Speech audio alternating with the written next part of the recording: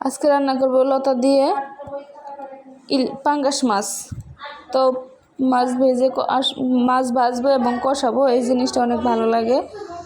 তো ভেজে কষানো এটা দুই রকম স্বাদ। একজনে এক একভাবে রান্না করে, হয়তো বা শুধু ভাজি করে, নয়তো বা শুধু কষায়। আমি আবার ভাজিও করেছি, কষাইছি।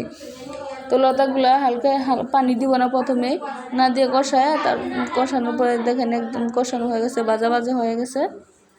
ভাজা হওয়ার পরে এই যে একদম ভাজা করে ফেলছি। এখন আমি গরম পানি দেবো। লতাতে ঠান্ডা পানি দিলে গলায় লাগে, তো গরম পানি দিলে একদম সিদ্ধ হয়ে যায়। সিদ্ধ করে মাছগুলো সব দিয়ে দিলাম। এখন ধীরে ধীরে জাল দিব, মাছ হতে থাক। তো এদিকে মাছ হচ্ছে। তো আমি মাছ ঢেকে, দেখেন মাছ প্রায় শেষের দিকে, রান্না শেষের দিকে কি সুন্দর কালার চলে আসছে, আর কি যে জুসি, অনেক ভালো লাগছে। খেতে অনেক মজা হয়েছিল।